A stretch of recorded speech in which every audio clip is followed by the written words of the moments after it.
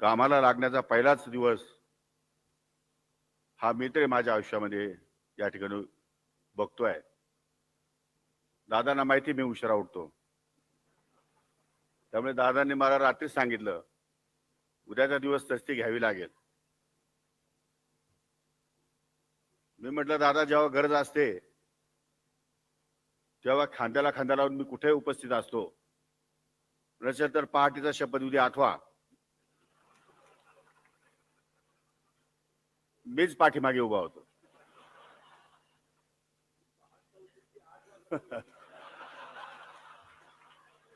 लोक म्हणतात त्याप्रमाणे जे लोकांना आवडतं ते आम्हाला आवडतं. त्यामुळे वेळ असली आणि काम असलं की सकाळी लवकर उठणं ही काळाची गरज आहे. आज बारामतीमध्ये एवढ्या सगळ्या उद्घाटनाच्या निमित्ताने सगळे प्रकार पाहिल्यानंतर नवीन तंत्रज्ञान, रोबोटिक शेती, ड्रोन शेती आणि अनेक प्रकारचे प्रयोग, डेमो, हे सर्व आम्ही सर्वांनी प्रत्यक्ष या ठिकाणी पाहिलेलं आहे. खरं म्हणजे आजकालच्या काळामध्ये या सगळ्या गोष्टी गरजेनुसार घडतायत. मी तसा हाडाचा शेतकरी आहे. मला 1984 साली एकरी 100 टन ऊस काढला म्हणून कोपरगाव सहकारी साखर कारखान्याने मला बक्षीस दिलं. पहिला नंबर आला म्हणून मला बक्षीस दिलं, माझा सत्कार केला होता. पण त्यावेळी माझा ऊस फक्त 30 गुंठे होता. बाकी 5 एकर 10 एकरामध्ये आमचा ऊस 70 टन 80 टन असाच त्यावेळी जायचा.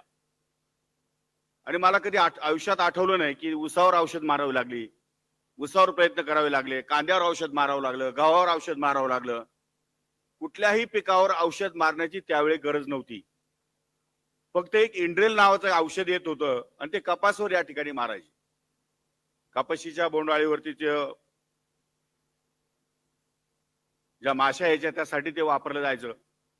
बाकी औषधाची शेती ही कधी या ठिकाणी आम्ही बघितलीच नाही. नंतरच्या काळामध्ये वेळ बदलला, काळ बदलली, खाणारी तोंड वाढली, उत्पादनासाठी मागणी व्हायला लागली आणि मग आता उत्पादन वाढलं पाहिजे म्हणून वेगवेगळ्या प्रकारची बी बियाणं सुद्धा या ठिकाणी मार्केटमध्ये यायला लागली. परंतु सॅच्युरेशनमुळे म्हणा की आणखी कशामुळे म्हणा मोठ्या प्रमाणामध्ये रोगराई आणि वातावरणाचं संतुलन या ठिकाणी बिघडत गेलं. आणि या वातावरणाच्या संतुलनामुळे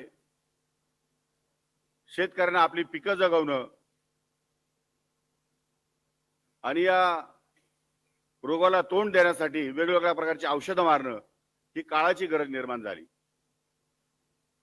आणि आज मोठमोठ्या औषध कंपन्या निर्माण झाल्या, खताच्या कंपन्या आल्या. त्यावेळेस खते फार लागायची नाही, शेणखतच जास्त वापरलं जायचं. परंतु या सगळ्या गोष्टींमध्ये उत्पादन खर्च वाढत गेला, उत्पादित केलेल्या मालाला भावही कमी होत गेला. कंपॅरेटिव्हली ज्याप्रमाणे जीडीपी वाढला, ज्याप्रमाणे दर वाढले, मार्केट वाढलं, भाववाढ वाढली, त्याप्रमाणे दरही वाढत गेले.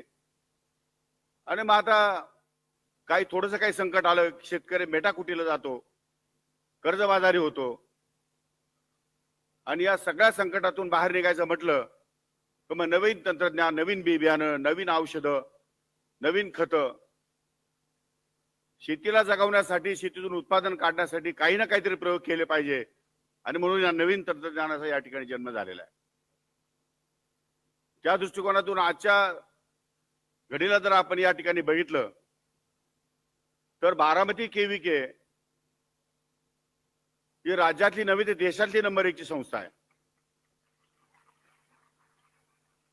आणि एवढ्या मोठ्या संस्थेमध्ये काम करत असताना त्याचा दर्जा, त्याची क्वालिटी आणि तिथं असलेली शिस्त ही टिकवणं त्याची खूप अवघड गोष्ट आहे.